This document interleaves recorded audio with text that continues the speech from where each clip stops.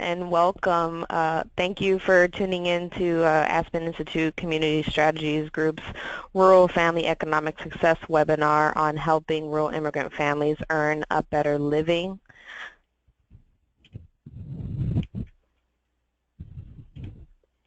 My name is Elise Hernandez, and I'm the Rural Family Economic Success Summer Associate. I'm really excited to co-facilitate today's webinar and to engage with everyone. Then this webinar is the first in the series on helping rural immigrant families get ahead. Our next webinar on helping rural immigrants build financial capability will be held a week from today on August 25th, followed by a September 1st webinar on helping rural immigrants accumulate and grow assets. So please do sign up. You can register for future webinars and find out about our other events at aspencsg.org. We encourage you to share any important points on Twitter and on Facebook, and we hope to hear about the work you're doing with rural communities via the email address that you see below. A few participation notes to keep in mind to minimize feedback and distracting background noise. We've muted you, but if you have any clarifying questions throughout the presentations, please use the question box in your control panel. We'll also have some time during each segment for you to ask reflection questions, and again, please enter those in the question box so we can pose them to our speaker when the time comes. And should you have any technical problems, my colleague Travis Green is standing by to help. And if you want to take a second just to try and jot down that number, please do so. So we have this whole series, this whole webinar series on immigrants living in rural communities, but we want to start by discussing, well, why immigrants and why now? Well, there are more than 1.6 million immigrants living in rural communities, and they face unique challenges compared to their native-born neighbors. And by and large, they are disproportionately working poor. And as you can see, rural immigrants come from various countries, and the proportions that are coming from different parts of the world vary from their urban counterparts. So for example, we see that far fewer rural immigrants come from Asian countries and more come from Mexico and Europe when we look at rural areas. Rural immigrants are also less likely to be naturalized citizens compared to their urban counterparts. And as we can see, rural immigrants are more likely than their native-born counterparts to be working age, so ages 18 to 64. And what's more is that rural immigrants are more likely to be poor than their native-born rural residents, also than their urban immigrants, and more poor than urban native-born groups. And for each group, children are most likely to be poor. So what this illuminates is that addressing poverty in America means addressing rural immigrant poverty as well. So our objectives for this webinar are to share new information on rural immigrants and how they are changing the face of rural communities, to help practitioners learn more about rural immigrant families and the challenges they face in earning more on their path to getting ahead, and to illuminate 2 strategies and action that are helping rural immigrant families earn more.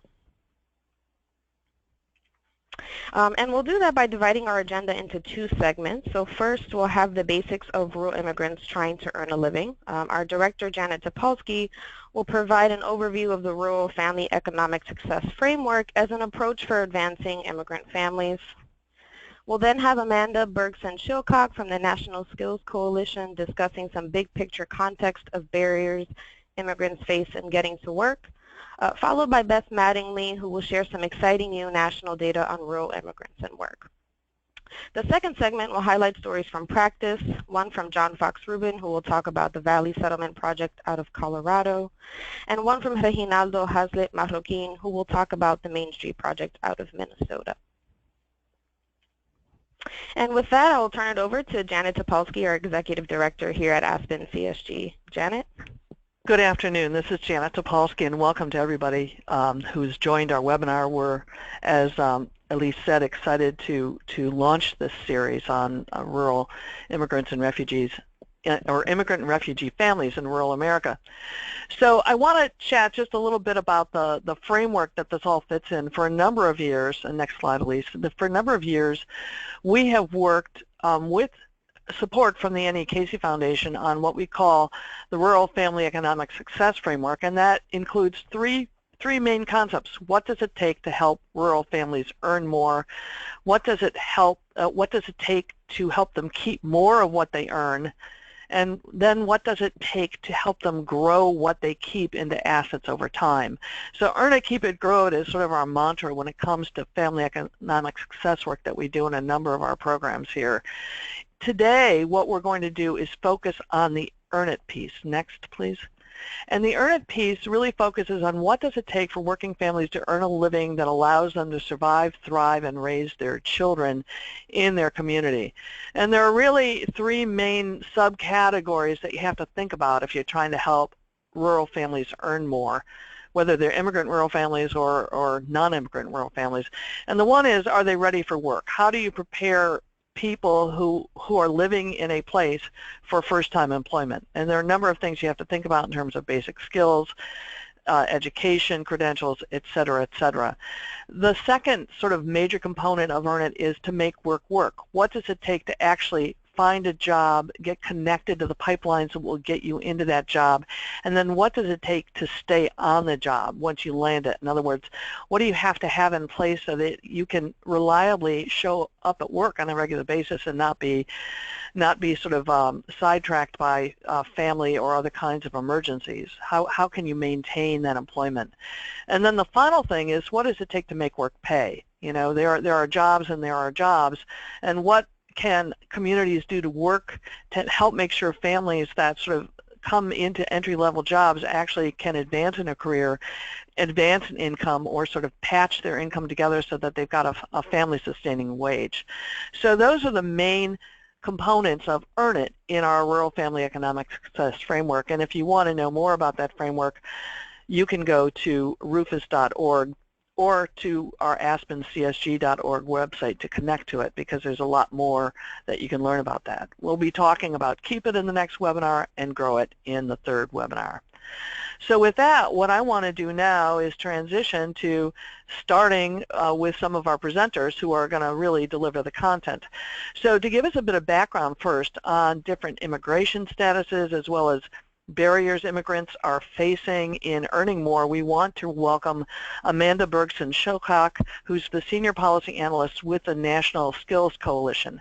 Now, why did we invite Amanda to do this today? Well, she's recently authored a report, and that report is called Upskilling the New American Workforce, Demand-Driven Programs that Foster Immigrant Worker Success in Politics that can take them to scale. So we think she probably knows whereof she speaks. Therefore, I will turn it over to Amanda. Great. Thanks so much, Janet, and I'm delighted to be joining you all today, and thanks to Elise and Travis at the Aspen Institute for organizing this. Going to the next slide here. National Skills Coalition is a coalition of workforce, adult education, and immigration advocates who support good state and local policies that can support families and workers in being able to obtain middle-skilled jobs that pay family-sustaining wages. In the 10 minutes or so that I have with you today, we're going to run through three major areas, and I'm just going to flag that this is sort of a whirlwind tour, so I'll be available both during the Q&A of today's webinar, but also via email and follow-up if you'd like more specifics on any of the things I discussed today. We're going to talk first about the landscape of immigration policy and how that affects who shows up in rural communities. We're going to talk some about the assets and barriers that immigrant workers face. And then we're going to talk about immigrant integration policy and that sort of interplay between U.S.-born and immigrant community members. Next slide, please. So today, and next slide. Today, about 13% of the U.S. population are foreign-born and about 17% of workers. That means 1 out of every 7 workers, even a little more, a little more than that, was born outside the United States. You might hear people say that we're at the highest level of immigration ever. That's actually not true. The highest proportion of immigrants in the U.S. population was 100 years ago. during the last major peak of immigration between 1890 and 1910. At that point, almost 15% of the U.S. population, so 2 percentage points higher than we are today, was foreign-born. But it certainly is true that immigrants are an important part for not only rural areas but other parts of the country in helping to replenish shrinking populations and revitalize distressed areas. Next slide, please. About 1 out of every 4 immigrants in the U.S. is undocumented. We're going to talk more about that, but I just really wanted to flag it for a couple of reasons. One, so much of the immigration debate that we hear about focuses on issues facing the undocumented that it's easy to think that it represents a higher proportion than it actually does. And second, the proportion does vary across communities. Next slide. So obviously there are some communities in which that proportion is higher, others in which it's lower. So what brings immigrants to the United States? Well, most of us could probably reel off the pull factors pretty easily, right? The U.S. is a magnet. People come here for jobs. They come for freedom. They come for opportunity, protection from religious persecution, protection from political persecution because of their activism. It might be a little harder to think about the push factors, but those are also quite important. And interestingly, they have implications for rural areas in particular. Push factors are the reasons in their person's home country that they had to leave. It could include something like war or natural disaster or other kinds of violence or conflict, but it can also include U.S. foreign and trade policy. And so we've seen over the past decade that in Latin America, as large multinational corporations are buying up farmland, people who've worked in the agricultural industry in Latin America are getting pushed off that land and are coming north to find work. And many of them are coming to rural communities in the U.S. because of the prospects of agricultural work in many of those communities. Next slide. So those are some of the factors that bring people. I wanted to talk briefly about a couple of major groups of immigrants coming to the U.S. The examples I'm going to give you are composite characters. So these are not real individual people, but their stories are based on real stories from my experience and others' experience in this field. In this case, we have an example of somebody who had a fairly high level of education from her home country. She was an accountant, and she waited a long time for a family-based visa and came to the U.S. with a lot of education, but with really limited English skills. Next slide, please. And this is actually a pretty common story. About 2/3 of all new immigrants to the U.S. come on family-based visas every year, and about 90,000 immigrants who have foreign degrees were served in federally funded English classes in the last program year. So that character of Marta is actually not unlike many people across the U.S. Next slide, please. Our next example comes from East Africa. And this gentleman, Adonai, is somebody who was an activist and survived numerous threats and attacks against him before deciding he was too much of a target. And then he traveled and spent time in a refugee camp before finally being cleared to resettle in the U.S. as a refugee. Now, it's important to know that this puts him in a very, very small minority. Most people who are refugees worldwide never get the chance to resettle in a third country. They either go back to their home countries ultimately, or they settle in the country where they had fled and sought refuge originally, oftentimes a neighboring country to their own. So only a small minority actually get permission to resettle in a country, a third country such as the United States, Canada, Australia. Next slide, please. The U.S. accepts about 70,000 refugees a year, and unlike any other immigrants who come to the U.S., refugees actually come to the U.S. with a specific destination that's already been selected by the nonprofit agency that's helping them to resettle. Now, of course, once refugees arrive in that destination, they may decide they'd like to move to another location. So we see in rural communities that a lot of refugees often end up being what we call secondary migrants. And refugees are allowed to work legally as soon as they arrive in the U.S. Next slide, please. And our last example is a young man who came to the United States as a teenager and briefly attended school, but really did not participate in the U.S. K-12 experience, and instead found work. We can see from this photograph that perhaps he's working in a plant nursery or somehow involved in landscaping. And we see also from the character sketch here that his spoken English is strong. So we could imagine that perhaps he has American-born coworkers or customers, and he's been able to learn spoken English. But he doesn't have the reading or writing skills that he would have if he'd been able to attend high school either in his home country or here in the U.S. So next slide. We don't know for sure Mario's immigration status from that slide, but we can assume that it's more than likely that he is undocumented. And in fact, there are 1.4 million young immigrants who are undocumented in the U.S. who came to this country as children and are often referred to as the dreamers. We'll talk a little bit more about this population in just a moment, but I just wanted to flag that like other immigrants, dreamers can be found in every part of the country, and that certainly includes rural areas. Next slide, please. This is your special 2-minute warning, just so you know. Okay, thanks. So there are a lot of different ways that policymakers have proposed to solve the puzzle of undocumented people, and you can see 4 of them outlined on this slide here. The only permanent fix is possible from Congress, that's the DREAM Act. And the only fix that's currently in place is a temporary fix known as Deferred Action for Childhood Arrivals. Next slide, please. And DACA, or Deferred Action, allows young immigrants to get temporary protection from deportation and a temporary work permit. It also gives them the right to apply for a driver's license. Next slide. What's not in effect, is the parents' version of this program, which is called DAPA, or Deferred Action for Parents of Americans. This is on hold because of a Supreme Court ruling from earlier this year. Next slide, please. So we're going to talk briefly about assets and barriers that immigrants bring. Next slide.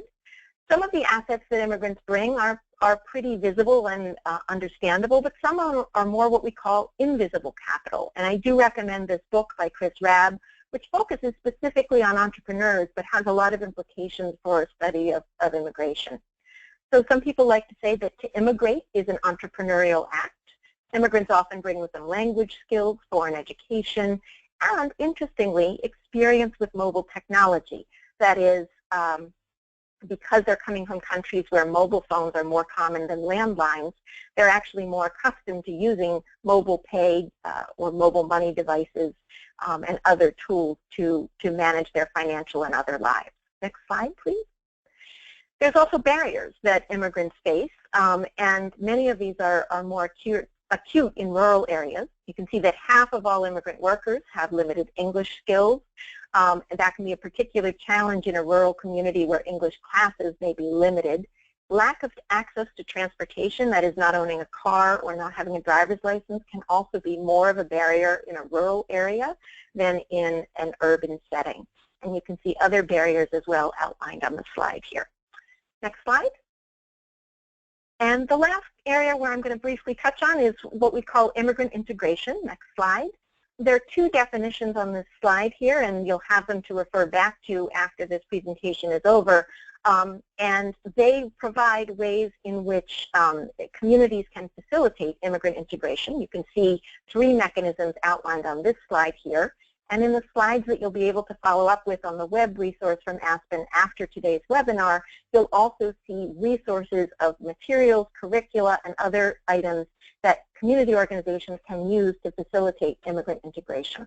So that takes me to the end of my 10 minutes here, and I'm going to go ahead and turn things over to the next presenter, Beth Mattingly. And Janet, I believe you may. Well, I'll do that. Thank you so very much, Amanda. That was a great backgrounder for us, and helps make the connection to earn it.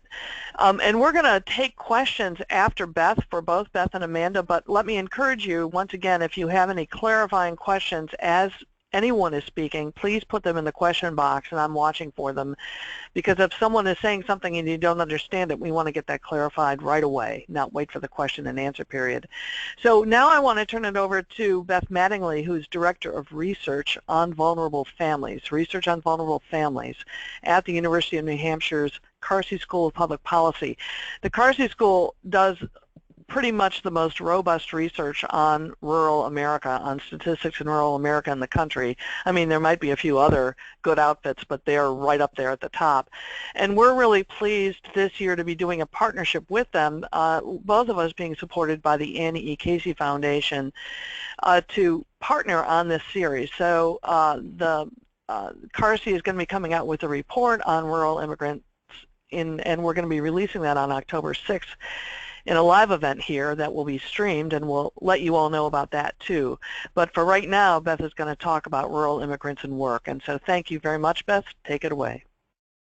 Thanks, Janet, and thanks to Travis and Kristen and Elise for all of the back-end work and all of the thought they've put in organizing this. I'm delighted to be here today and talk a little bit about some of the demographic and background characteristics necessary for people to be able to earn it. When Janet introduced this series earlier, she talked about making workers ready. And my first data slide looks at that English language ability by metropolitan status. Now, you just heard a little bit about this. And this is simply limited to immigrants and compares those in rural places in the United States to those in urban places. And the big takeaway is that about a third of immigrants do not speak English or do not speak English well, which has big implications for being job ready. Now, Amanda alluded to places where this 30% is much, much higher, and certainly that is true, that there are parts of the country and there are pockets of rural America where that share is much greater. But across the nation, this is the aggregate statistics that we see. Next slide, please. Another key aspect of being work ready is educational attainment, having the skills necessary for the so-called good jobs, benefited jobs, full-time jobs with reliable hours, year-round jobs, jobs with a schedule that will allow people to get child care and so forth. And so often having a college degree is the ticket to those jobs. And we see that across rural and urban places, there are some big differences, with urban residents far more likely to have that college degree than their rural counterparts. In fact, urban immigrants are more likely college educated than the rural native born. So we see that this is a challenge for rural America as we think about growing the economy and what types of jobs people are going to be ready to take. Janet then talks about making work work. And so we look at some of the things that are happening in the labor force. What are people doing?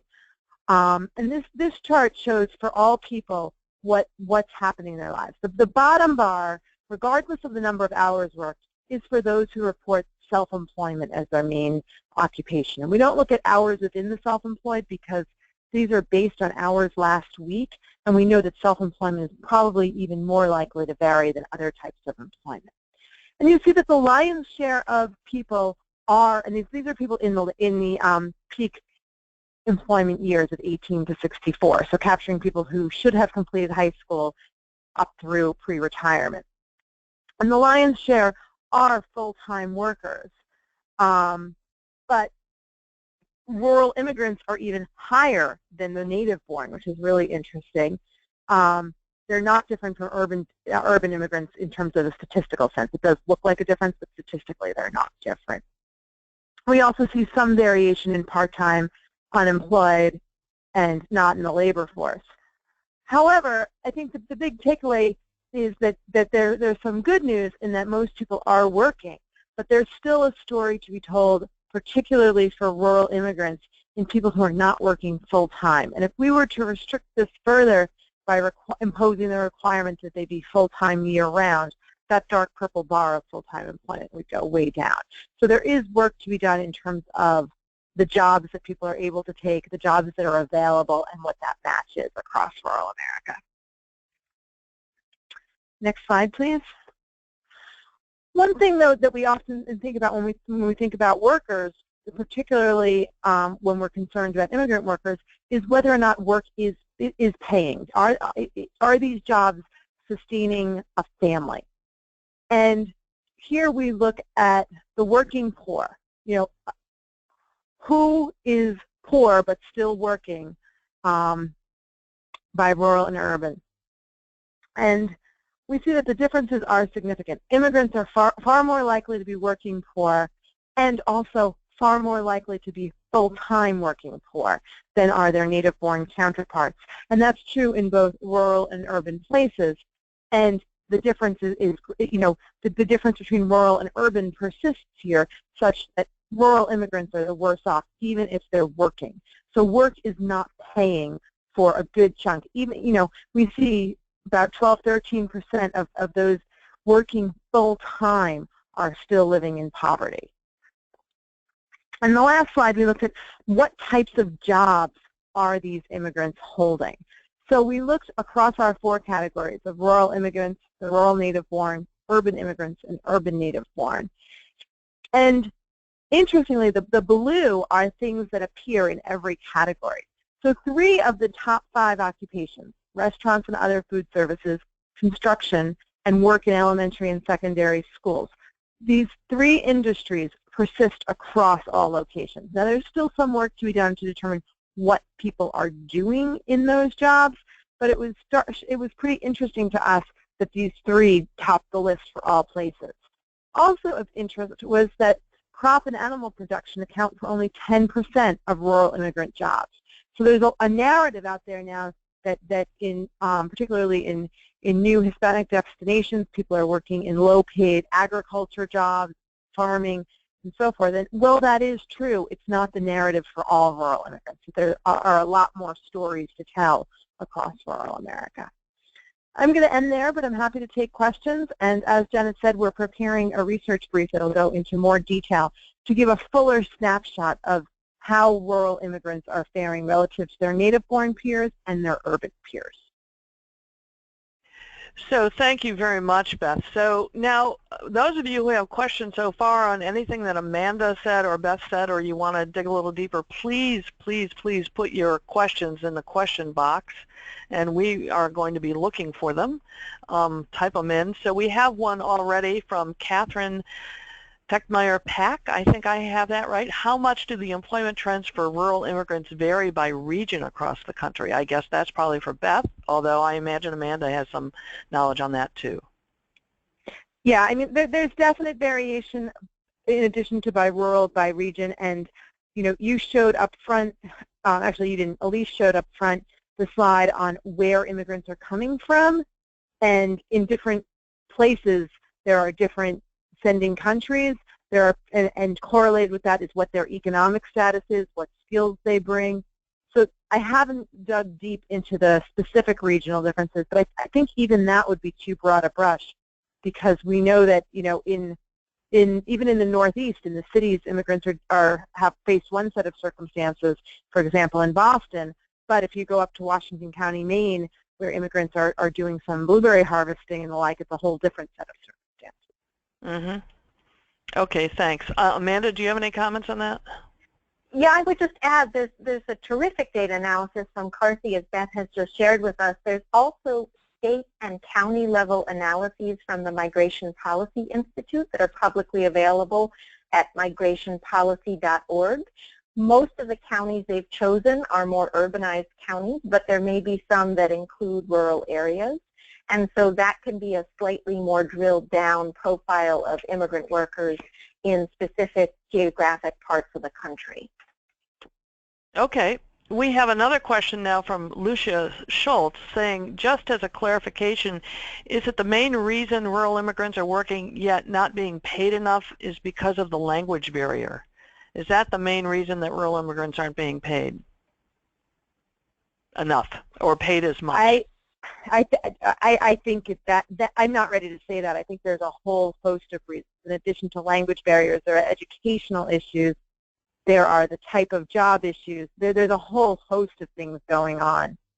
It's also industry and occupation play a role. So that's certainly a piece of the story in my mind, but to say that it's the primary, I think there are too many things intertwined to say that.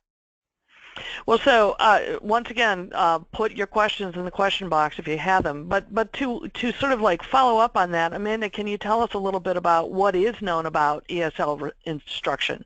ESL being English as a second language. What works best? What doesn't work? You know, if I'm working in a community, how do I think about language instruction?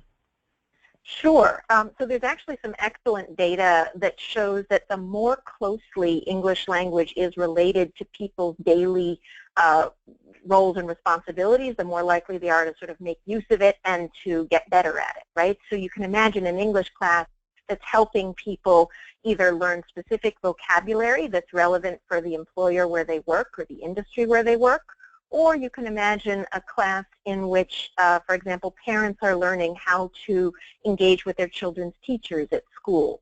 So the more contextualized the language can be, the more valuable English language learning is for the participants. We also know from a really terrific and very rigorous international study done by the Organization for Economic Cooperation and Development, or OECD, that the United States has a strong connection between better language skills and higher wages. That is, if you speak more English, all other things being equal, your wages will go up. Now, Beth is exactly right that there's a million other confounding factors at work here, but if we control for those factors, every little additional bit of English that you get is meaningful in supporting your civic participation, right? Being able to go to your child's PTA meetings, being able to go to the library with your children, but also being able to support your economic participation as a consumer, but also, very importantly, as a worker. And there are some really terrific program models, some of which are detailed in the upskilling report that you mentioned at the top of this webinar, Janet, which is available on National Skills Coalition's website, that sort of lay out how very modest budgets and very small organizations can nevertheless support high-quality adult English language learning experiences. There's also a terrific example from Lancaster County, Pennsylvania, which many of you may know as Amish country, of work being done to support English learners through a partnership between the Rotary Club, the United Way, and the Intermediate Unit, which is a function of the education system that supports services in the K-12 and also for adult education. So if you're interested in knowing more about any of those models, I'm happy to tackle it in today's Q&A or in follow-up via email. Okay, great. We have one more question, I think, before we move on, from Jonathan Regis, who asked, do immigrants who are undocumented and employed get paid less? Do they report whether or not they are employed? Can either of you comment on that? Well, one thing we need to say, it's very hard to get national aggregate data on undocumented immigrants. So we don't know in our data. We can tell who says that they're a citizen, and we can look at nativity, and we can make assumptions, but it's really hard to get at that. One would think, for a whole host of reasons, including what they're able to get, language, etc., that they would make less, but it's in my data, I can't document that. Where would people find data on what they can find on the rural immigrant neighbors, Beth? What would be the best place to look if I was trying to find about immigrants in my rural community? I would start with the American Fact Finder tool at the U.S. Census Bureau. Okay, and a lot of people may be familiar with that. If you're not, when we do follow-up sort of we'll put a set of resources, for example, the book that Amanda recommended, et cetera, we'll have that list of resources on the website where we put this webinar as well. So as a follow-up, we will include all of these references for you who want to come back and look at that, okay? Thank you, Amanda. Thank you, Beth. Please stay tuned. And now we're going to move on to our first presenter. And our first presenter is John Fox-Rubin. And John Fox-Rubin is with the Valley Settlement Project in Colorado. And for those of you who sort of, you know, one of the things that Elise did working with us this summer, working with Travis and Kristen, was cast around for really good examples of what's going on to help rural immigrant families get ahead. And it was wonderful to find out that one of those shining star projects is actually in the Roaring Fork Valley of Colorado, which is where the Aspen Institute has a campus. And it actually, people who live in the Roaring Fork Valley, the immigrants who live there, many of them work in Aspen. Now, the Institute is headquartered in Washington, D.C., which is where we're all sitting right now, but it was nice to know there was a good program out there. So I'm going to turn it over to John to talk to us about the Valley Settlement Project. John? Well, thank you, Janet and Travis and Elise, so much for giving us this opportunity to share what we've been learning over 4 years. So Valley Settlement Project is only 4 years old, and we've been working in what's really called a two-generation, we like to call it multi-generation or family approach. So we're working with whole families, but it's to improve the prospects of immigrant families living in poverty in the Roaring Fork Valley. Poverty is how we label them, but their perception of their reality is that they're not really living in poverty. That's their perception. So that's one thing that we've learned really just by the process. So the first slide just talks about the total numbers that we've worked with over those 4 years. This second slide gives you an idea of our community. So central Colorado, it's a long, narrow river valley that spans 3 counties. So this is the workforce to Aspen. So 3 small towns, Basalt, Carbondale, and Glenwood Springs, and each of them have a population under 10,000 people. We've seen a pretty rapid increase in Latino population over the last 15 years here, and the jobs are very much service industry type jobs that the families have. The school district, so that's the service area, so to speak, of the Valley Settlement Project, has about 5,600 students, and 56% of them are Latino. You know, most of them qualify for free and reduced lunch. That's the acronym there. And a lot of the Anglos also are in that lower income bracket to qualify. Next slide, please. Why did we do this? So we are part of a organization called the Manaus Fund that was a 501c3, so it's not a foundation, but it had some working capital to start with, and it had this big focus on social justice. The founder, George Stranahan, had been engaged in community organizing through another foundation for 50 years and said, you know, community organizing is a tool that we should use, and we should back community organizations that are trying to do good work in this region. And they got involved in a preschool cooperative that failed miserably. And one of the failures was they really thought that they would make preschools more accessible and more affordable to reach the Latino families that were here. And out of that failure, a conversation with the Kellogg Foundation really led to a grant, a planning grant, where we really went back to what you would call door-knocking principles, to go listen to immigrant stories in our community to understand, you know, really what's going on. After that planning grant, we succeeded in receiving a real nice 3-year grant from the Kellogg Foundation, and decided to not just kind of come at the community with 1 or 2 programs, but to send an integrated approach into the community. And it was all, you know, user-centered designed by these families. You know, what did they need, and what are they willing to work for? So kind of the principles of community organizing are this iron rule is never do for others what they can do for themselves. So that was the catalyst. Next slide, please. The process, and this is what we learned by that planning process, was parent education was very low levels of even Spanish literacy. A lot of the immigrants that have come to our region came from rural areas, whether it's Mexico, Honduras, El Salvador, you know, very much farming and agricultural backgrounds. So that gives you an idea there. And then what did they really want? Well, a lot of them wanted to learn how to use computers, want to study English. Children in preschool, 1% of them were in preschool, and income under $35,000. Now, that income, $35,000, sounds like a fair amount, but keep in mind this region, this rural resort region, so federal poverty level for a family of 4 is $24,000. However, the living wage for a family of 4 in this region is $55,000, okay? So that 35 is well under that. The cost of living here is astronomical. Food is 1.5 times national, gasoline 2 times, rents 3 or 4 times. So the families really are struggling from a a middle-class white perspective. Many of them do share housing units with other families to really find ways to stay in the community. The other thing we learned is they've been here on average 10 years, okay? So we came up with these programs with them, really focused on two generations, the children and the adults. For children, it's really improving school readiness and elementary school achievement. We said, let's invest early in the kids. On the adults, we want to help them with economic stability and community engagement. Next slide, please. The programs that we are running today, so that we're 4 years into it, several of these programs have stayed consistent and have changed, and others are new. So if you kind of go clockwise, Learning with Love is for children 0 to 3, and this last academic year we had 50 children in it. El Busacito is a mobile preschool for children ages 3 to 5.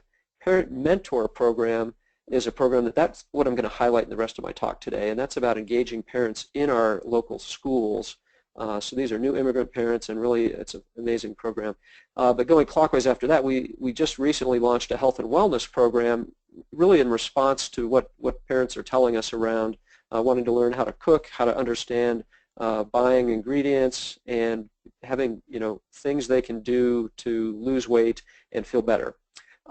Learning for adults after they do the Parent Mentor program, many of them have other learning goals, so we kind of have stood up a mini university that helps families get up to the level of community college.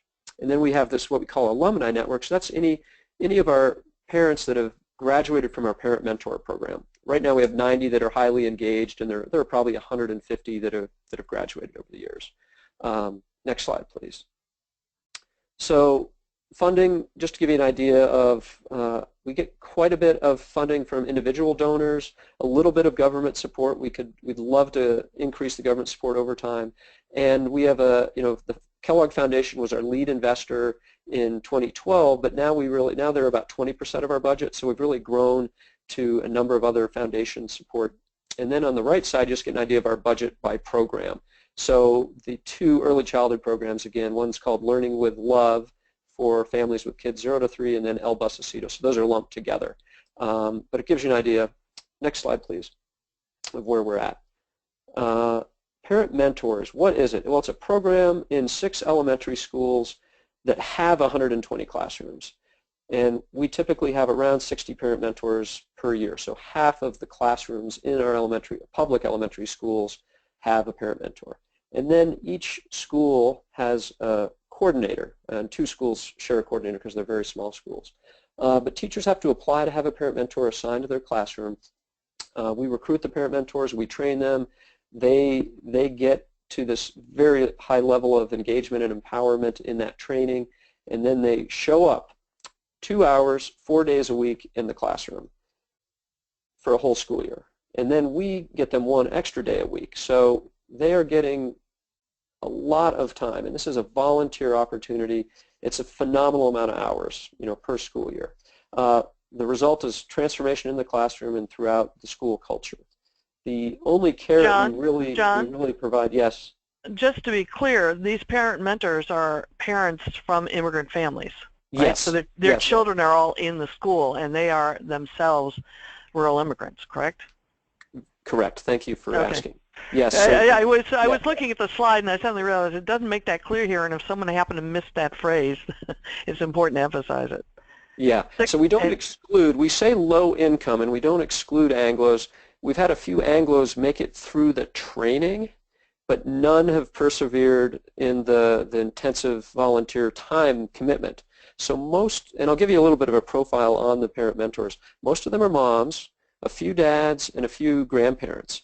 Most of the moms are unauthorized to work in the U.S. So their husband might be here on a work permit, might be authorized, might be a citizen even, but they've come here, they've had a few children here, and they've been living here for 10 years and haven't really engaged.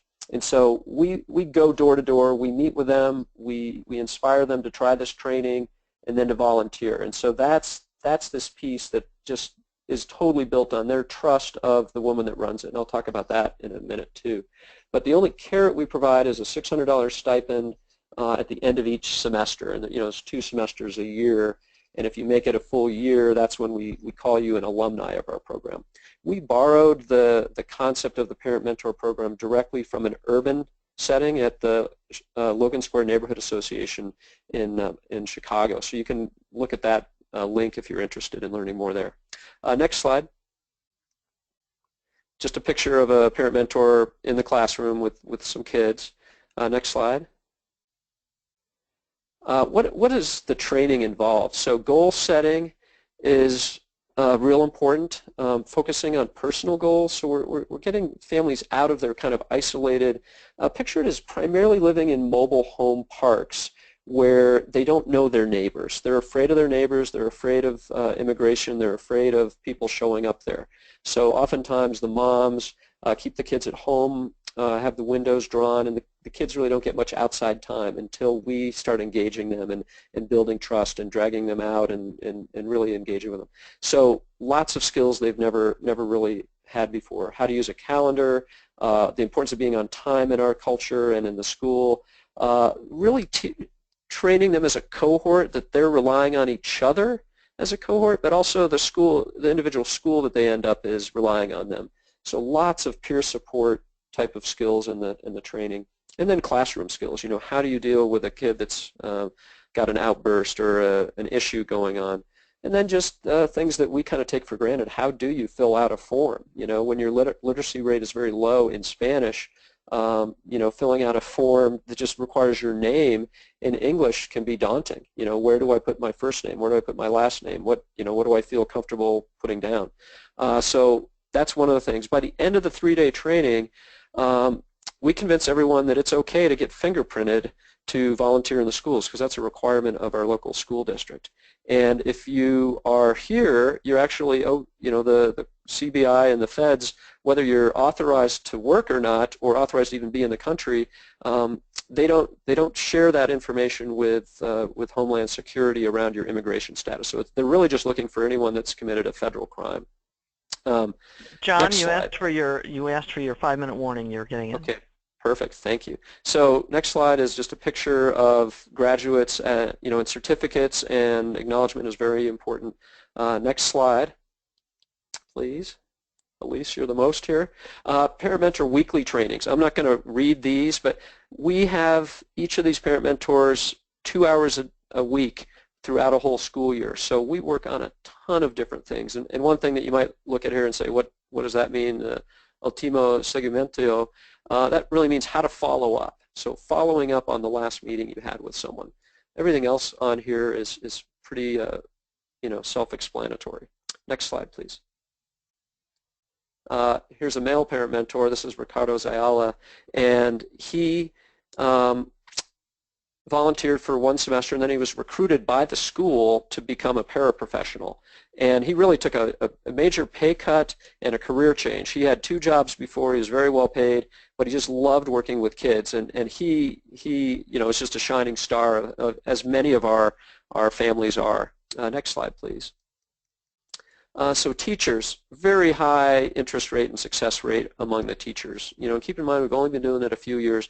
Most of the teachers in our public schools here are Anglos. Very few of them speak Spanish, and many of them really want to get there. You know, they want to meet the kids where they're at, and this program has just been really helpful for them. Okay, next slide, please. Here's another. One thing I like to say is that the Anglo kids benefit just as much as the Latino kids in these classrooms. They get to see a warm, open culture, a total different personality in the room watching out for them. So that's one thing that we, you know, it's an additional benefit that we didn't really think about.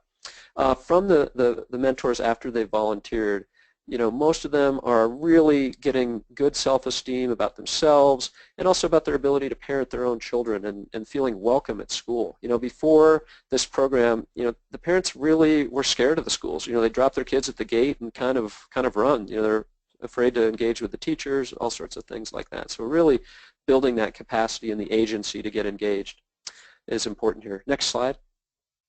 And hopefully we're getting close to the end of our time, and some of the challenges we've had. So the parent mentors, you know, to volunteer 5 days a week, really, that cuts into work time for those that have part-time jobs or the ability to work. So that's something where I was trying to work with them on. It does require a basic level of executive functioning skills, and not everyone can rise to that challenge. So we do have attrition, and we try to understand why someone drops out. We'll train 60 or 70, and we usually graduate 50 by the end of the year.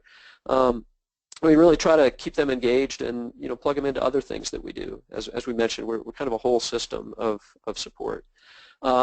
Requires home and time management skills that they may not have had before. They got to figure out what to do with their children. We provide babysitting for all the parent mentors if they have children between 0 and 5 while they're volunteering.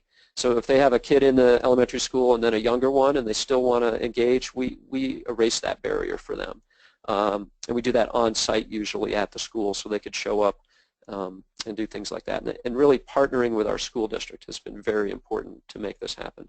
Some other challenges that have been interesting to participate and watch evolve is, the household rules and roles have to change over time so that the mom can do this if it's a mom that's volunteering or the dad. So the household has to change. And then at the end of that year, quite a bit of English has been acquired, but there's still a lot of skills and other issues that really are still barriers for families to really jump full time into the workforce, and so that's why we have kind of follow-on programs. From a programmatic perspective, we're always recruiting. We have to recruit 50 to 60 new folks each year, so that's just something to kind of keep in mind. And then we found that there's really not much in culturally appropriate mental health services in our region, and that's been a real, one of the slides on our training talked about depression. So our alumni are doing a lot around depression, so they've been training some of the newer families we work with on that, and we're trying to, raise money right now to take the next level here with a peer mental health approach. Next slide, please. So those that make it through go into our alumni network, and we kind of have 3 categories that we put them in. So right now, the number next to each of those categories is how many that we're tracking that are in engaged. So engaged with each other in peer networks and in the community, and quite a variety of things that our alumni are doing that they weren't doing before. And continuing education is just really exciting because we're creating this culture of studying English while you're in the classroom and maybe studying a little at home, reading at home with your child, and then where do you want to go with your education? So we now have basic Spanish literacy class and computer skills in Spanish that we teach, GED prep to get people that are maybe they did go to high school and if they can get their language skills there, they can take a GED. To be a janitor in our school district, you need to have a GED. So that's a big milestone for people to reach. And then we partner with our community college, and they have quite a few pertinent certificate programs that we work with. One is a personal care attendant course that can really help people shift from the dominant job they have before we've engaged with them is piecemeal house cleaning. And those that go through the certificate program, they can end up working in people's homes, taking care of people out of the hospital and things like that. So continuing education is key. And then, direct connection to jobs. So a lot of our alumni have been hired by our schools. We like to hire from within Valley Settlement, so we've hired a number of our parent mentor alums, and then a lot of other opportunities in the community. And I could talk more about specifics, but we're probably at the end of our time. So the last slide is really advice to rural providers. So if you're thinking, whoa, this is interesting, let's go do it. Here's what we've learned. Don't replicate a program before asking the folks in your community what they need, and never presume to know what they need or how they perceive themselves. And really listening is the key skill. Tell us about your life. We go door knocking. We still do home visits. In all of our programs, we're doing home visits. So our offices are empty 4 days a week when our staff is out in the field, and then 1 day a week we try to be here and coordinate stuff. Cultural awareness is very important. Hiring staff from the community. Almost all of our program managers are alumni of our programs and really can speak authentically about you know, I know what it was like being here for 10 years, and my house was clean, and I went to church, and that's all I did. But, you know, there's a lot more you can do for yourself. You know, so those kind of stories. And then keep listening and change your programs. We kind of have this entrepreneurial perspective that if something's not working, we're going to shut it down or totally rethink it and redo it. And we've done that a few times in our short history. So that's, you know, once you're up and running with programs. So thank you. Last slide. Really appreciate the opportunity. And there are a few more slides as well for folks if they want to drill in. And we'd love to invite you to come visit us. That's what we learned, you know, from Logan Squares. Go visit before you try something. Well, I'm sure everyone would love to visit the Roaring Fork Valley, John. But and if you've never been there, let me recommend it. But I want to thank you. I mean, clearly you've taken a social entrepreneur approach to putting this all together. And just to underline a couple things, a couple of things that I love about this is the focus on what is being called in the field now, in many fields in community and economic development, resident engagement. Don't do nothing about us without us. So in other words, you went out and talked to people before you designed what you were going to do, because they knew better than you did what was going to make a difference. So that's important. The other thing is that I think it's a great example of another thing that's trending right now, which is two-generation approaches to combat family poverty, or to help families get ahead, where you're working with both parents and children at the same time. You know, the sort of the thinking is, and the sort of evidence is building around, if you work with both parents and children at the same time, the family will get ahead further faster. So I want to thank you for that. Now, we already have a couple questions here, but if you have one, please type it in. I think it's Lygia Navarette has asked two questions. One is the babysitting that you said you offer, is it done at home or is it done in the school where the parent is being the mentor? And also, Lygia wants to know, how do you promote the parent-mentor trainings? How do you get people in the door in the first place? And others, please type in your questions about Valley Settlement. Okay, so babysitting is done at the school, usually. A couple cases, it's, you know, in very close proximity. And how do we get them to the trainings? I'd say through whatever it takes. All of the parent mentors wear a green shirt that you saw there. So our parent mentors are out in the community wearing the green shirts and being ambassadors. So, you know, one of our challenges that I mentioned is hours recruiting. So we really are. And the leadership of the program, you know, we do a lot of door knocking, and we borrow from our other programs as well. So we do what it takes. We usually, you know, might get 70 or 80 trained, and then have 60 that actually make the commitment, and then 50 that make it the full year. But John, not to push too hard on this, but the first time you put together a parent-mentor class, no one was wearing the green shirts, right? Right. So how'd you get that first class in the door? How'd you find that? Yeah. Well, when we started the whole program, we hired a community organizer from California who was a United Farm Workers organizer, and she was amazing in going out and meeting people in their homes and just saying, you've got to do this, our schools need you, really inspired them. And so the first class of 13, one of the women in that is now the director of the program. So the next year we hired her to run the program, and she recruited 40 the next year all by herself with no support. The next year she recruited 70 with support of one other person. So it really depends on, you know, on the authentic personality. I mean, I think that's part of it. You don't have to go to California to find a community organizer, but you have to find the right person to Yes. really sort of do your recruitment of the first class. So we have another question from Frank Kruberia. I can't quite read it because my eyes are going. Are the lessons done in English, Spanish, or both? The lessons, you know, are almost the 3-day training and then the ongoing stuff. It's almost entirely in Spanish. We started early on thinking we need to get them used to English right away, try to do more things in English, but the literacy rates are so low in English that pretty much have to start in Spanish. And many of these parents, they show up in a classroom where the only people that speak Spanish are the kids. So the teacher doesn't speak a word of Spanish, but we prepare everyone for that, and it's very interesting to watch that relationship between the teacher and the parent mentor evolve over the year. You know, by the end of the year, the parent mentor really is just made leaps and bounds because they're speaking English and Spanish every day. And one other thing, a clarification, just to clarify, and this is from Myra Esquivel, just to clarify, the participants in the mentor program are the immigrant parents, and they are providing mentoring to the students in the schools, correct?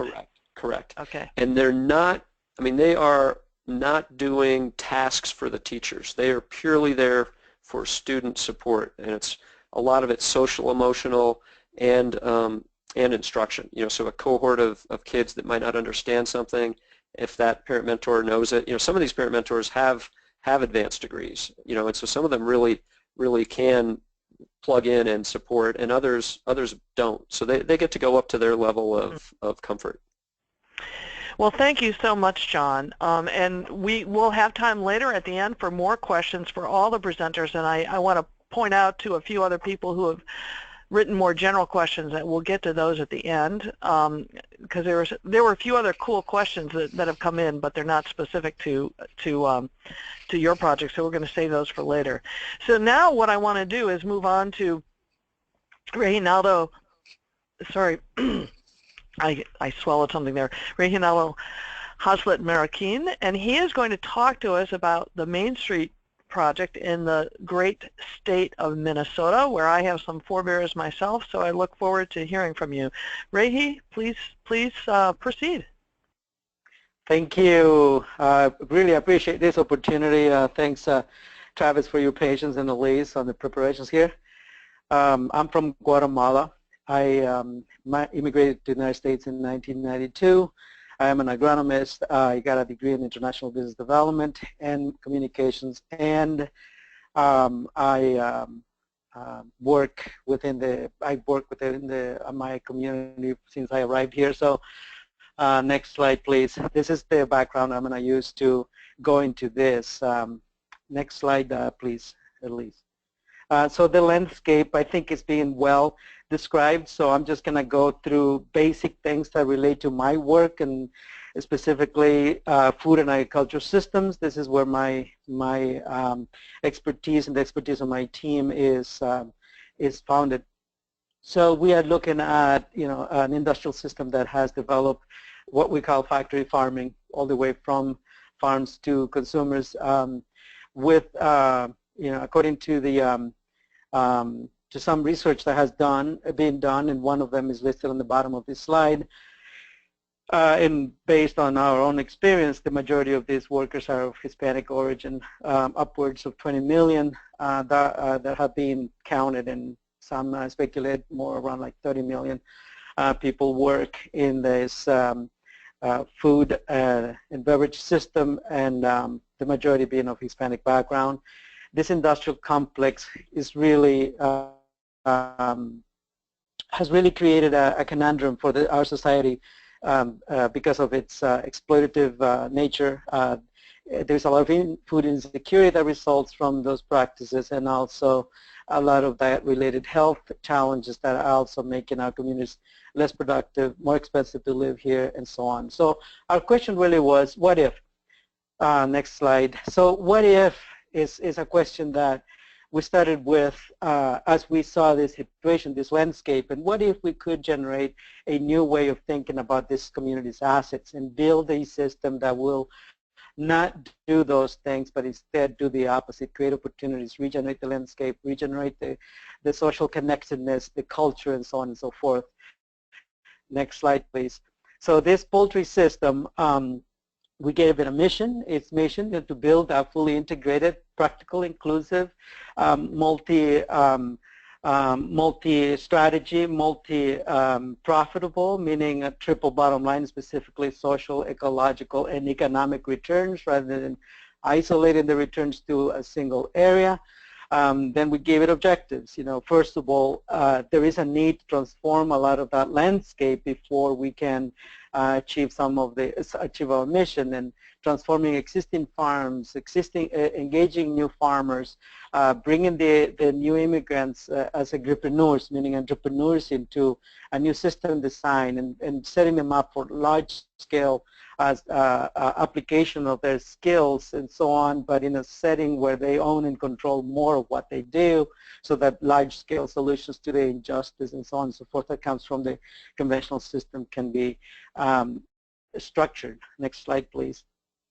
So this process, we've known as the triple bottom line, really just looking at those basic tenets of the idea. Next slide, please. Clearly, that's just a reference point. The work really of engineering started once we moved into, so what principles can we put into this? And just quickly, let me browse through this, even though there's a lot more information on our website about how this gets materialized.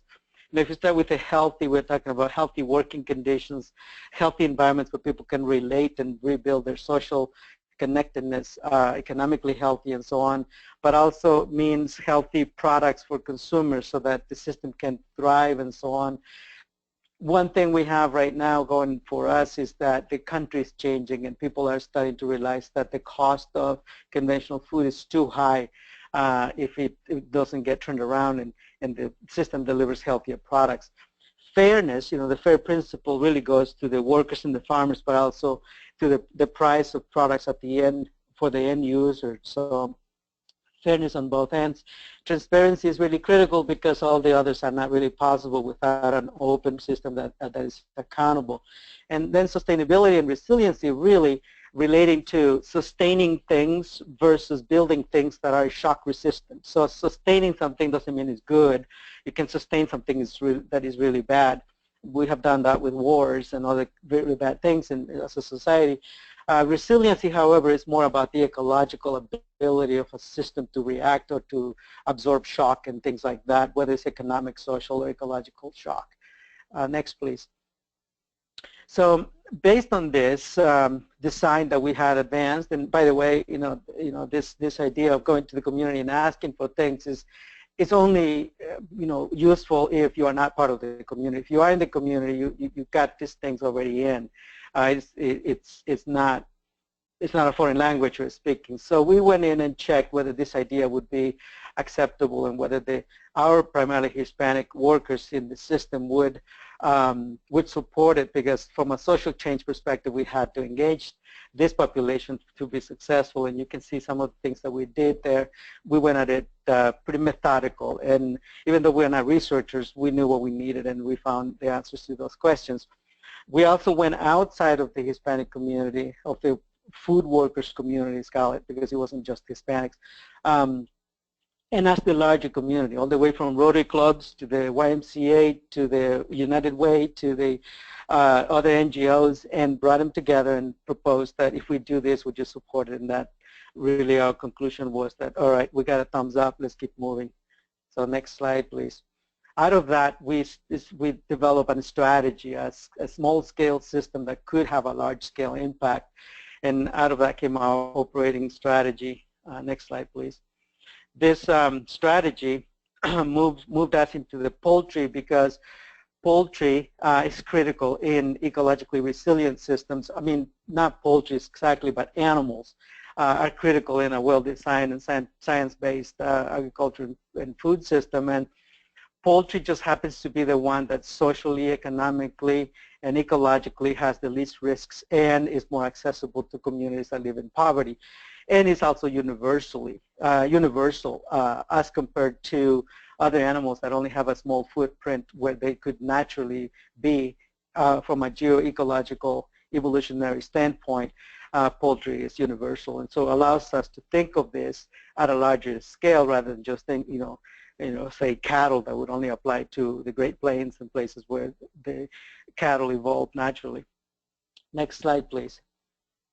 So starting from this, we then went on to the actual engineering of the system, which was starting with the production unit, just so that we could establish the managerial, the agronomics, and all of that. moving it to the farm level, which is, well, so how many of these production units would it take to support a family so that they can live a decent life in this country? And then third, what would it take to build a system around them so that we could develop the scale necessary and the throughput so that we could build a whole support infrastructure around this system. Next slide, please. The so the end result is really high quality products. We are now in the 6th year or so, and we have been getting a really good response from all the sectors that are critical to our success, markets especially.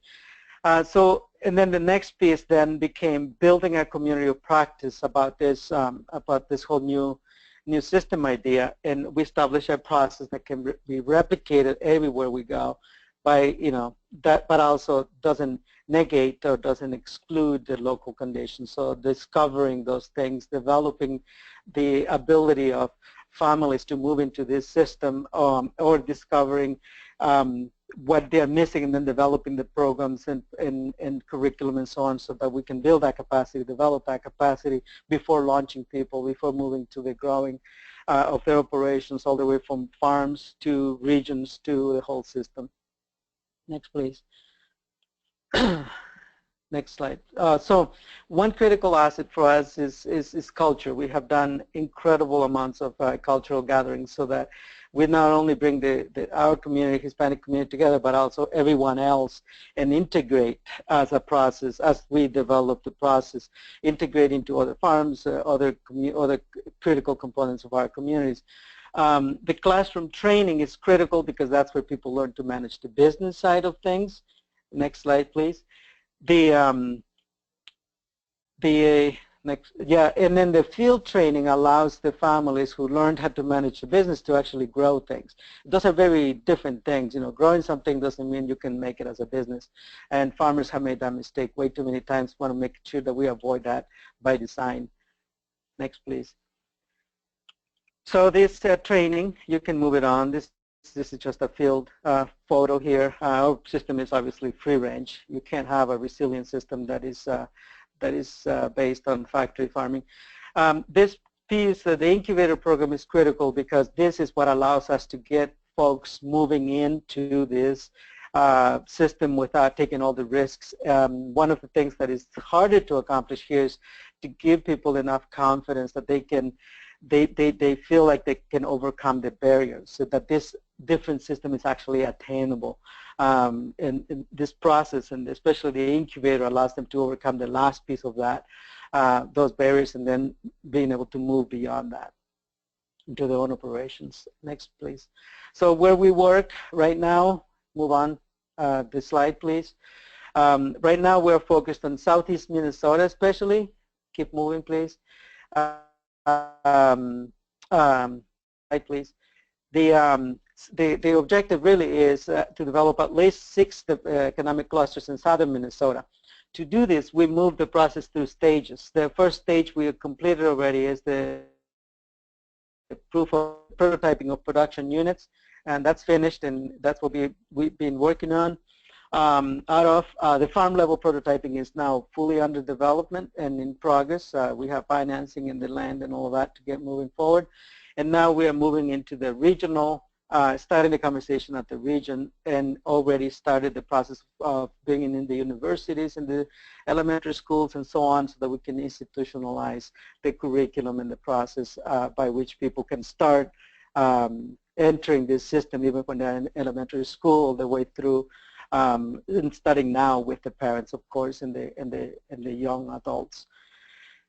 Next slide, please. So our work is really funded very traditionally, mostly from foundations, but we got a lot of volunteers, we got cash contributions, and a lot of people who have invested in us, their properties, their equipment, they lend it, and so on and so forth, and more recently a larger cash investor to purchase the central farm. We have a lot of resources that are brought in through partners, practice-based partners we call them, where they finance the operations that we set up in partnership with them. Next slide, please. So the top challenges we're encountering and the farmers are encountering, one is access to land is probably the largest and the most difficult to overcome. Access to financing, but compatible with the conditions of these families. Training and technical assistance, not just generic training and not generic technical assistance, but rather focused, specialized, and not only the curriculum itself, but also the people who are training, not just anybody training generic business planning, for example. Marketing communications, very critical because the system as it exists today very much obliterated this small-scale processing facility, especially for meat, and so that needs to be rebuilt if we want to change those conditions. The industry itself is not interested in changing them. Next slide, please. And so this, and then the next slide, please, so I can finish here. We'll have time for questions, but one thing we realized that to change systems of this scale and to actually enter the system from a perspective where you have the most chances of success, you have to remember that you have to focus on one thing, not make it exclusive, connect it to everything else going in the communities, but enter the system from a place that you can have the largest impact and you can have, and you have the smallest amount of drag. Poultry for us does that. You know, being able to bring in the whole community does that, and also being able to enter with a sector in the industry that allows us to affect all other sectors. I could go on, you know, for a long time about how we can do that with poultry, but just to get an idea, if we redeploy poultry in this country, as we are technically already capable of doing on a large scale, we can remove a lot of grain from conventional farms that are feeding grain to animals that were not designed by nature to eat grain, and that sort of creates a disruption that we can then take advantage of in order to build more just and more triple bottom line systems, not only in the poultry but also in other areas of the food and agriculture industry in this country. So thank you for your attention today, and I hope to answer some of your questions. So thank you, Rehi, and I encourage people to submit questions using the question box for Rehi, but it strikes me how you come at this, and you know, we're talking about earn it. How do you help rural immigrant families earn more? And what strikes me that's interesting about both of these stories is that you went and talked to people to find out what it is. You know, both John and Rehi went into the community and basically said, you know, what do you want to do, or what can you do, or what are you interested in doing? And John's story went at it from working with individuals and helping them gain skills to become employed. In your story, you're really looking at an economic sector and people that are familiar with that sector and what could be done to sort of like, what did people know how to do or make, or what could they do or make within that sector with which they were familiar, that for which there's demand. So, you know, this all fits within some other work that our group does, which is focused on how do you do economic development differently, and I think you've got a great example of this. I'm curious, Rehi, you know, can you tell us a story of an individual farmer or an individual rural immigrant farmer or someone who came in who's becoming part of this program and what's happened to them and how far they've gotten at this point? Sure. Jose Javier is probably one of our best prototypes, but also Maria Sosa, both no hope. Maria especially had tried many times all over, always lost all her money and came back. And when we approached her and asked her to work with us, because her not failure, I want to say that, but her challenges in the past were critical to us, because that meant she knew what not to do and could help us figure out what to do. And one thing that she said is, I can't invest any more money. So we went around and found $250, and instead of starting her with poultry, remember the fully integrated system means it's not just about chickens. We grow perennial crops, annual crops, allied crops, vegetables, and so on, but it also originates with the poultry, meaning the manure gets transferred into other places. It's an energy design, really. It's not just poultry. So what we did was she came in, we sat down, she went through the training, worked on her business plan, And we bought, the best thing we could buy with that, invest that money in, was garlic. Now garlic, in this case, we were able to reproduce that at around 800% every year. So the $250 that was planted, we helped her out and everything, and she worked on it. The next year she had 5 times more. The next year she had 5 times more, but the key was being able to save the seed and grow her seed supply, because that was where the initial startup investment was going to be more demanding. Today we're talking about over $12,000 that have been grown from the original very little investment. So that's one little story, but I mean, right now we got over 100 farmers that have been trained. All of them have similar stories, coming in with very little, with no hope, and thinking, well, what you're proposing sounds good and dandy, but is not doable. We tried this already, and we see what it takes to get into a farm. We see these big machines, we see these hundreds of cows and all of that. That's what they're familiar with. And I said, no, there's another way. So here, and we start all over again. And every story is like that, building the appreciation of the assets that people already have, and especially ensuring a higher return on investment. We know now that per acre we can generate from 10 to 17 times more income, more value than the corn and soybean farmer.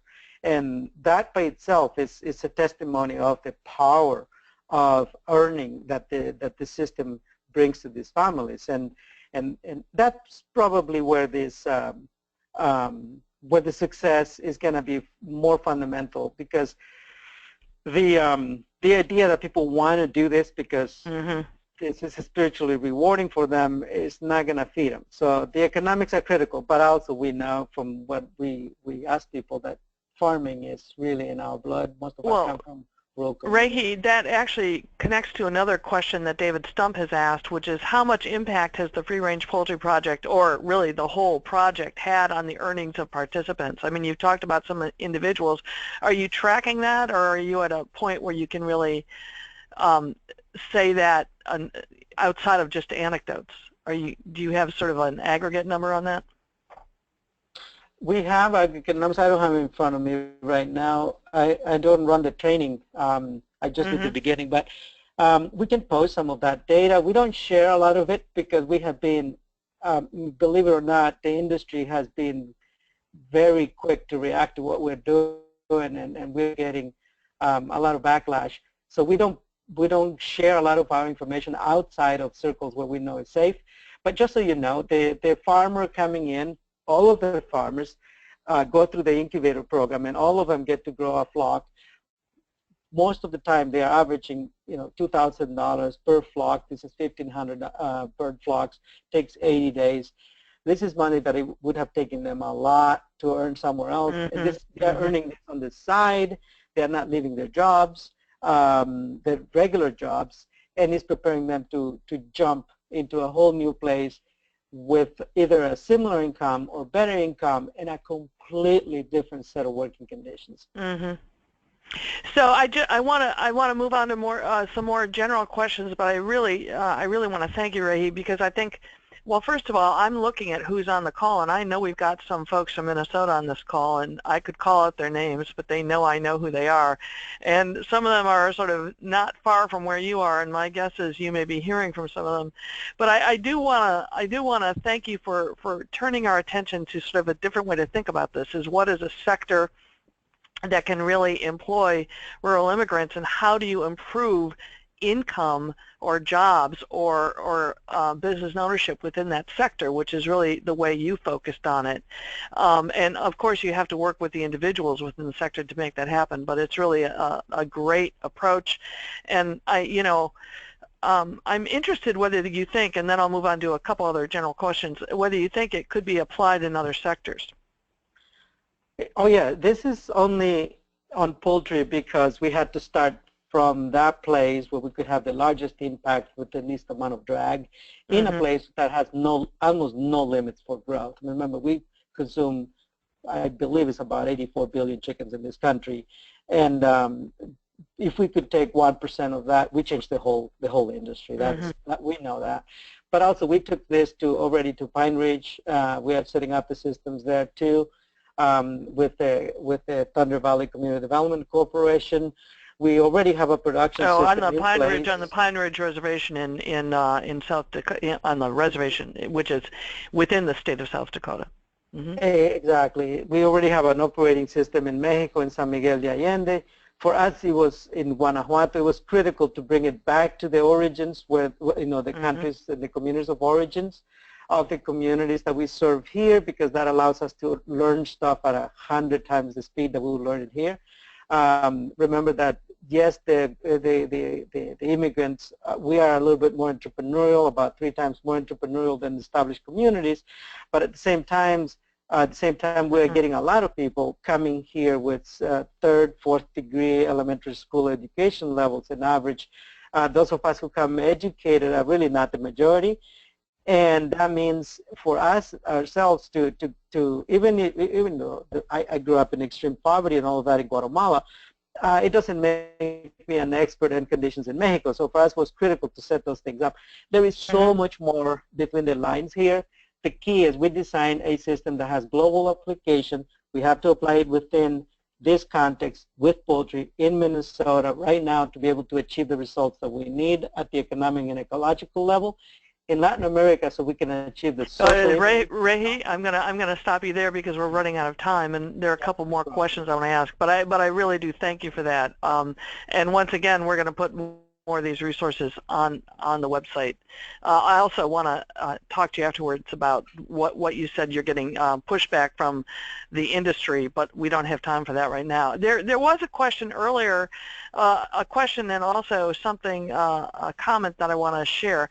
Someone asked, it was Renee Bryce-Laporte who asked earlier, there are a lot of people who are resistant to immigration, and this is for any of the presenters, a lot of people who are resistant to immigration who say that immigrants take jobs from native-born Americans and drive down wedges for all. Can you sort of address that? Is there any data around that sort of counters that at this point? Maybe Beth or Amanda have something to say about that? And take yourself off mute if you're going to talk.